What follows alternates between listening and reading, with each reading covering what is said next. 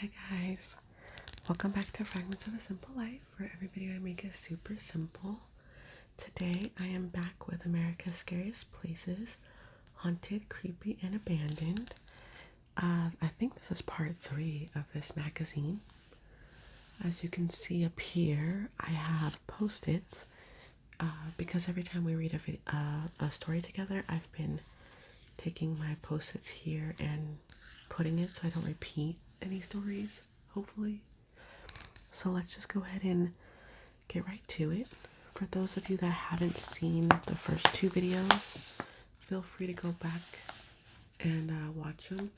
You can probably find them in my playlist called Magazines. This particular magazine has chapters. So the first chapter is Bloody Murder and Death, just positive things. The second one is Creepy Prisons and Institutions. Chapter 3 is Eerie Exhibitions. Chapter 4 is The Ghosts of War. So this is, historical places in America. Chapter 5, Spooky Churches and Graveyards. Chapter 6, Haunted Hotels. And then down here it says more scary places, so they give you like a little bit of extra. Okay, we've already read that before, so I'm going to do what I usually do and just kind of turn pages to something I haven't been to yet, and we'll just read about it. Okay, I think I'll go with this one here from Madison, Ohio. This is the Madison Seminary. A home for war widows turns into an asylum for the mentally ill. I do apologize if my voice goes in and out. I'm fighting off illness right now. It says, when Lake County in Ohio took out an ad in 1992 to lease the historic Mason Seminary, a former school, home for Civil War widows, and mental asylum, no would-be tenant materialized. Maybe it was because the 140-plus-year-old buildings needed expensive repairs and upgrades, or maybe it's because of the disclaimer in the ad. May be haunted. I forgot this part. May be haunted.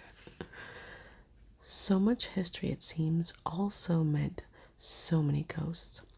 Built in 1845 as a wooden cottage that served as a boarding school for boys, then expanded over the years with the addition of a brick building, the seminary was sold in 1891 to an organization serving Civil War veterans and their families. Along with widows and children who had no other means of support, the Women's Relief Corps housed at least one celebrated Union spy, Elizabeth Stiles, an abolitionist who turned to espionage after the pro-Confederate Quantrill's raiders killed her husband. Oh, so she was like mad. I don't blame her. Personally recruited by the President Abraham Lincoln, Stiles disguised herself as a Southern grandmother. Some think her 13-year-old daughter posed as her granddaughter. Oh, wow. And at other times as a nurse to infiltrate Confederate forces, then report back to the Union. When her cover was blown in 1864, she was captured and then escaped, but by then she was too well known to return to espionage. During her final years, too destitute to take care of herself, she was cared for at the Mason Seminary until her death in 1898. How sad. She gave her life to become a spy, and then she couldn't even take care of herself. Sounds about right though, actually, especially for women. As funds ran low, the complex was donated to the state of Ohio, and the site was used to treat female prisoners with mental problems, as well as dementia patients from nearby hospitals, until the buildings were so run down that the next owner, the county, tried to lease it out at a discount rate. For years, the seminary sat vacant, except for its ghostly inhabitants, until a private owner emerged and, seeing an opportunity where others saw only fright, opened the facility as a museum with haunted tours. Then up here in the little square it has a caption. It says, "We heard voices and a knocking sound as a direct response to asking the spirits to make their presence known. One ghost hunter told the Star Beacon after a tour." Creepy. Okay. It's a really beautiful building. Really old, though, you can tell. Okay, so that was from the Creepy Prisons and Institutions chapter. We're gonna flip through and find something else. Okay, we're in Spooky Churches and Graveyards. Okay, which one should we read? I feel like something's gonna happen to me if I read this one. Okay, I'll just read it. The Masonic, I've heard people say it different ways, but this is in Detroit and it's a temple. It says rocker Jack White showed his stripes by saving it from foreclosure. Okay, I did not know that. He's from the White Stripes. He's a singer. Up here it says, in a little caption, it says, I can't see it, sorry guys. Jack's donation could not have come at a better time, and we are eternally grateful to him for it. Roger Sobran, the Temple's Association president, told the Detroit Free Press. Why would he do that? Is he a Mason? Huh. Let's read. With over 1,000 rooms, secret staircases, hidden passages, compartments in the floors, and a history linked to the mysterious fraternal organization, it's no wonder stories abound of eerie ongoings in this building. Visitors speak of getting hit with gusts of cold air, of seeing strange shadows against the walls, of hearing doors slammed, and of having the feeling that somebody or something is watching them. Built by the Freemasons, Detroit's Masonic Temple is the largest temple in the world when it opened in 1926. Designed in the neo-Gothic style, obviously you can totally tell, and faced with Indiana limestone, the building was vast enough for 40 different lodges with a 4,000-seat auditorium known for its impeccable acoustics, 2 ballrooms, chapels, a library, banquet halls, and hotel facilities. Dang. Even a drill hall for soldiers. There was also a pool, gymnasium, and even a bowling alley. It also came with a dark legend. The architect, George D. Mason, was said to have gone so badly over budget that he plunged into bankruptcy, saw his marriage crumble, and ultimately killed himself by jumping off the top of a 210-foot high structure. He jumped off of it? He had it built and then he jumped off of it. Wow. To this day, people claim to have seen his ghost going down the stairs, slamming windows shut, and stealing items. Well, he was broke, so maybe that's why he's stealing.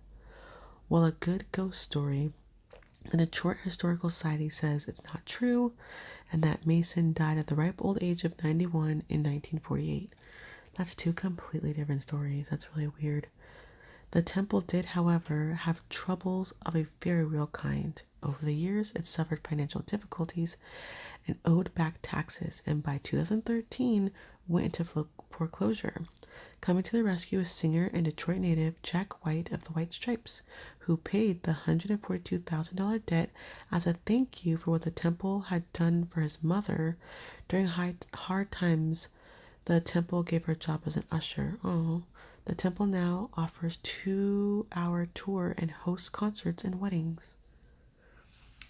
Really, I think they could probably do a deep dive on this place. Again, you could probably do a whole different video. I'm sure people actually probably have. Let's turn the page. Okay. Whoa, this is the one and only Stanley Hotel.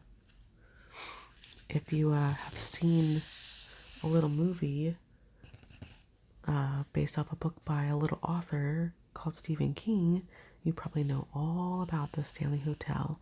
This is in Colorado. It says the ghosts shine in the resort Stephen King made famous. we'll read these down here. This one right here says From Left, the spooky twins from the 1980 film. Stephen King and his wife stayed in room 217. The ghosts of children have been spotted playing on the main stairs. Here's a staircase right here. And then over here it says, A Widow's Mystery House. Perhaps she was haunted by the many people killed by her late husband's guns. Or perhaps she was just a lousy general contractor. Starting in 1886, Sarah Winchester poured her millions from the family weapons business into endless additions into the house in San Jose, California. We read about this, I think, in my other scary magazine, The Winchester Mystery House. It has, for those who didn't see that video, it grew to 160 rooms spanning 24,000 square feet with 10,000 windows, doors that open into walls, and stairs that dead end into ceilings. There are 47 fireplaces, 3 elevators, 13 bathrooms, and a seance room with 1 entrance and 3 exits. Only Sarah's death in 1922 at the age of 82 put a stop to the 24/7 construction. The other magazine said something different, that the people that work there still make repairs and, well, maybe they don't do additions, but they definitely make repairs and changes. Okay, let's read the main thing about the Stanley Hotel. It says, after floodwaters knocked out the electricity, Freeland Oscar Stanley installed backup gas lanterns to light the rooms of his namesake Stanley Hotel in the picturesque, I cannot talk today, Colorado Rockies. On June 25th, 1911, chambermaid Elizabeth Wilson entered room 217, unaware that gas was leaking from one of the lanterns. The candle she was carrying set off an explosion that destroyed a good portion of the 2-year-old hotel and left Wilson in a coma. Her spirit is now said to inhabit the room, sometimes helpfully tidying up, but at other times providing a chilly, disapproving presence in the bed as she nestles in between unmarried couples. Ew. Her story is one of many ghost tales associated with the historic resort in Estes Park, which Stanley, who made a fortune off of the Stanley Steamer automobiles, initially built as a vacation home. What? That's really big. Because the clean mountain air agreed with his tuberculosis-ravaged lungs. The specters are said to include Stanley and his wife Flora. He's been seen belling up to the hotel bar or hanging out in the billiard room, while an invisible Flora plays her piano in the ballroom with the keys moving but nobody there. Room 407 is haunted by one Lord Dunraven, who owned the land prior to Stanley. He's been spotted poking his face out a window. Room 418 is the realm of ghostly laughing children. Nope, no thank you.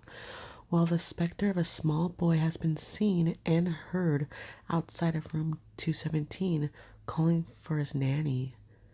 Outside, in the pet cemetery, where the Stanleys buried their late furry friends, ghosts of cats and dogs are said to wander the ground and sometimes scurry into the hotel itself.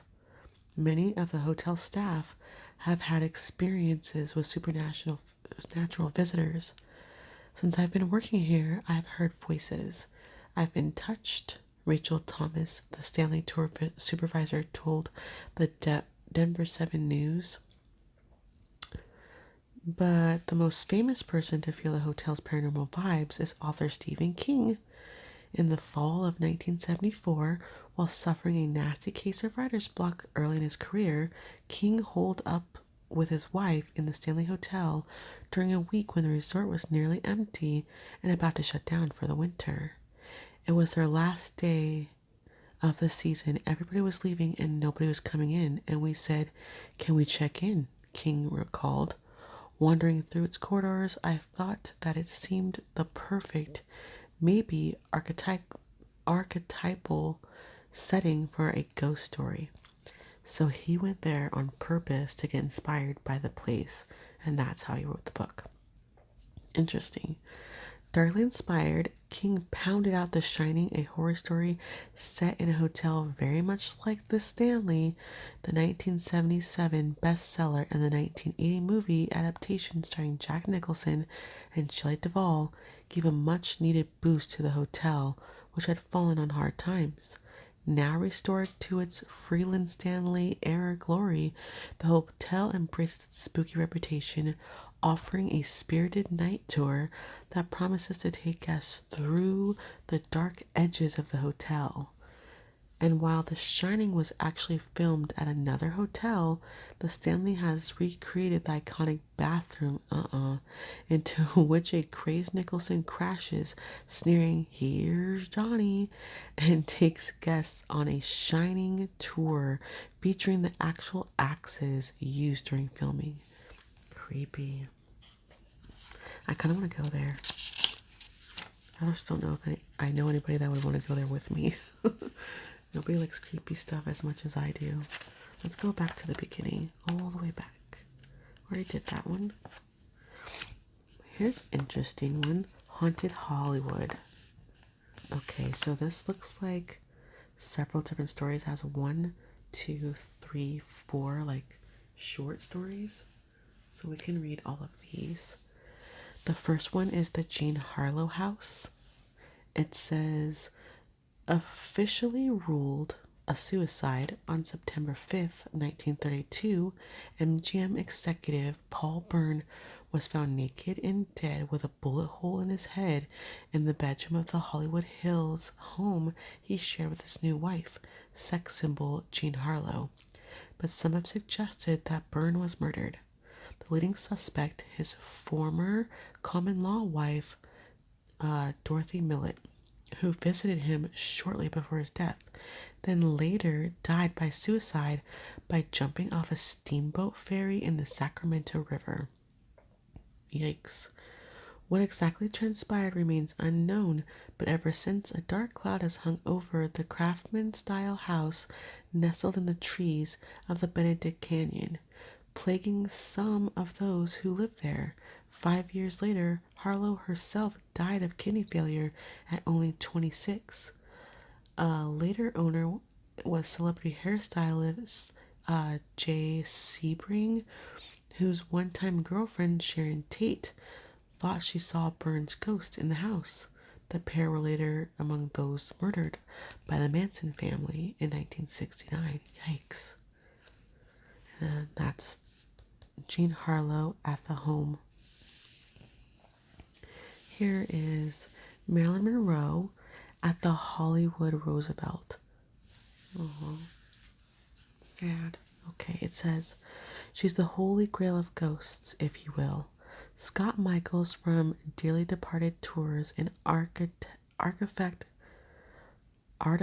why can't I talk today, Museum, told the Hollywood Reporter of Marilyn Monroe above. And if you want to spot her, make a reservation at the Hollywood Roosevelt Hotel on Hollywood Boulevard, across the street from the Chinese Theater. Monroe loved to stay in Suite 246, in a bungalow overlooking the pool, where she was photographed lounging on a diving board in her bathing suit for her first print ad for toothpaste. Long after her death, the blonde bombshell's reflection has been seen by a maid in a mirror that used to hang in that suite, her sad face staring right at the maid, who ran out of the room screaming. And the Some Like It Hot Stars ghost has also been sighted in the home in the Brentwood neighborhood of LA, where she died of an overdose, supposedly, in 1962 at age 32. And her marble crypt in Westwood Village Memorial Park, floating in the form of a pink mist. Of course it's a pink mist. I don't know. Like, if ghosts have the ability to go wherever they want, why would you want to stay, like, where you're buried? That sounds boring. Just saying. Okay, this one up here, number 3. This is Howard Hughes at the Pantages Theater. It says in 1949, mogul Howard Hughes, right here, bought the Pantages Theater, one of the grand movie palaces from Hollywood's golden age, where he had an offer on the second floor or office on the second floor after purchasing RKO Studios. He was very reclusive. The reclusive Hughes died in 1976 at age 70, but some believe he continues to conduct business out of the theater office and that he doesn't want to be disturbed. Ever since vandals broke into the office in 1990, people have reported seeing the image of a man in there. Strange cold breezes waft in, and the desk drawers have been heard rattling. Oddly, his visits are accompanied by the smell of cigarettes, which the health-obsessed Hughes famously hated. The aviator joins other resident spirits in the Art Deco landmark of Hollywood Boulevard, built in 1930. Among them is the music-loving concert-goer who died in the mezzanine during a show in 1932, returning to the theater accompanied by the sound of a woman singing. People speculate that the voice is the ghost enjoying an audience in the afterlife. That's very creepy. The last one is Hollywood Forever Cemetery. After silent screen idol Rudolph Valentino died in 1926, a woman in a black veil and black dress would appear at his grave annually on the anniversary of his death to leave roses. Some believed she was his fiancée, actress Paula Negri, yet the woman in black is said to have returned long after Negri's death in 1987. She's one of many mysterious visitors to what is now called Hollywood Forever Cemetery on Santa Monica Boulevard in the shadow of the Paramount Studios soundstage, the final resting place for the biggest names in show business, from Tyrone Power, Judy Garland, and Burt Reynolds to Beatle George Harrison, I didn't know that, and Johnny and Dee Dee Ramone, is known for its famous and infamous ghosts. Perhaps the most tragic is that of Virginia Rapp, I don't know how to say the last name, silent movie star Roscoe Fatty Arbuckle, in a scandal that destroyed his career and forever smeared her name. Those visiting her grave recount telling a sudden chill in the air followed by the sounds of quiet sobbing. Oh, that's sad. Okay, I'm going to put the post-it on this side so I remember that we read them all. Okay, we'll read this one. Eastern State Penitentiary. This is from the chapter that's Creepy Prisons and Institutions. There's Al Capone. It says, it made Al Capone haunted by a man he killed. Although his money and influence got him a well-appointed cell with oriental rugs, a lamp, a radio, and upholstered chairs. This is his room right here. It says, gangster Al Capone could not escape the mental tortures of Eastern State Penitentiary, serving 9 months for carrying a concealed, unlicensed .38 pistol in 1929. Isn't it crazy that's what they got him for? The mobster known as Scarface would wake up screaming because of visits from a ghost of Jimmy Clark, who had been gunned down in the Capone-ordered St. Valentine's Day Massacre in Chicago, 1929. Then down here it says, Gary Johnson, who worked at the prison, encountered a force that froze him in place, unable to move. He says, quote, I had this feeling that I was being watched real intensely, he said. Okay, let's read. It says, the tortured spirits of solitary confinement linger for all eternity.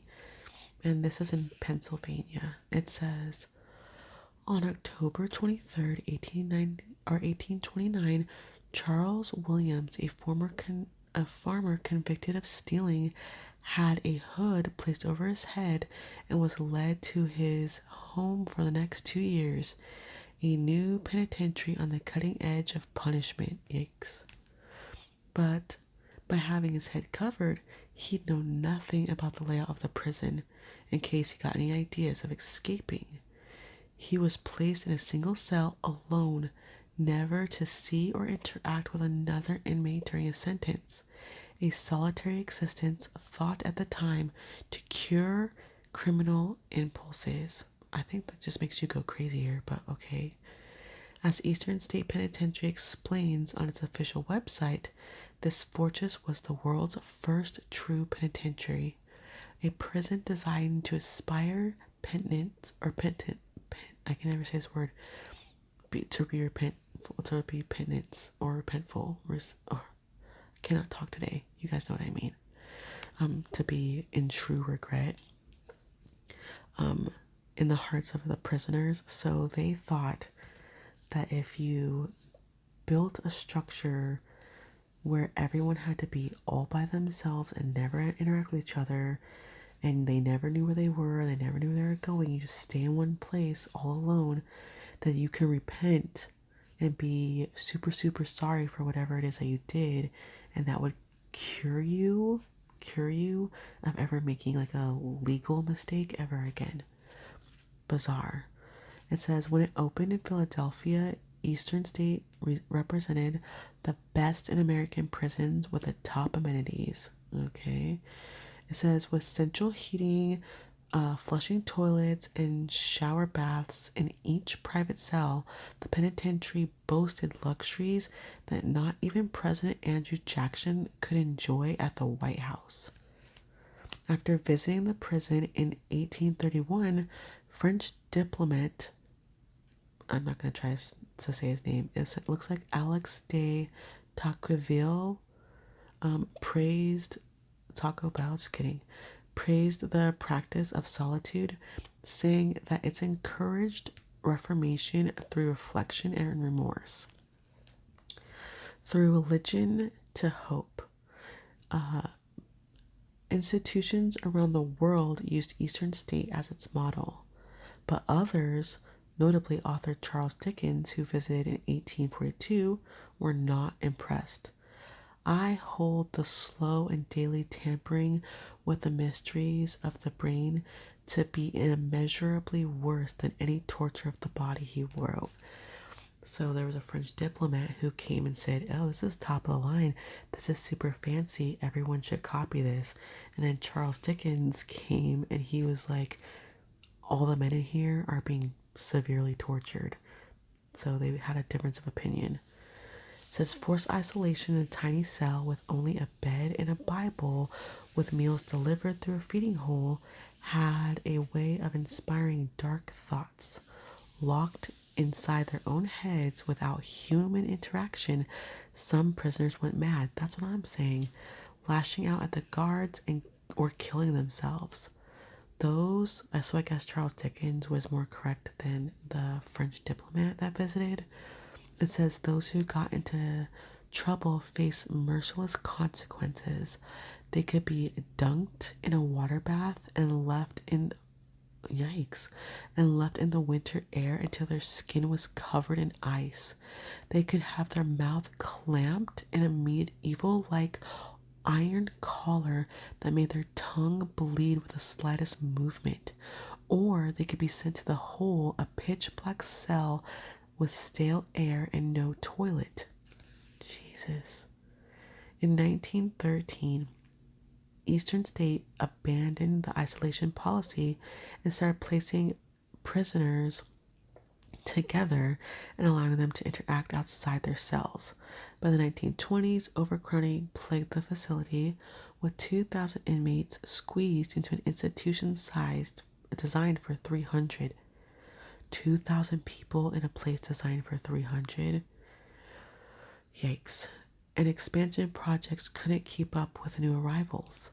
Finally, they closed in 1971, and it was abandoned until the 1980s and fell into disrepair. The cells with rusty bed frames, peeling walls, housing feral cats, and many claim the ghosts of those inmates who lost their minds and their lives. Now operated as a museum and historical site with creepy night tours and special events like Halloween parties promising sinister scares, enchanting entertainment, and unforgettable moments, the prison is said to throb with paranormal activities. Shadows dance across the walls, and strange sounds, whispering, weeping, even laughter, that's scary, echo through the cell blocks. Some believe they've seen a man stationed at a guard tower that have been closed and inaccessible for years. Then there's the most mysterious specter of all, a woman known as the Soap Lady, wearing all white and occupying the last cell on the second floor, which used to be the women's block. A lot of ghost hunting people have gone to Eastern State Penitentiary. You could probably find a lot of videos about it on YouTube. Anyways, you guys, I am starting to lose my voice. I'm sorry I did not do a very good job reading today. I'm just kind of, like I said, kind of under the weather, trying to fight off a cold. So please forgive me. But if you'd like to see more from me, please don't forget to like, comment, and subscribe. I appreciate all of you guys taking the time to look at some more scary places here in America. Obviously, we could do this video a couple more times before October is over. And I also have like the Time magazine version of this, but it's not just America's scariest places, it's like the world. And the next time I do one of these magazine videos, it'll probably be that one. Thanks again for watching, you guys. I apologize for my voice and my inability to read. I'm very all over the place today. I'll see you guys next time. Bye.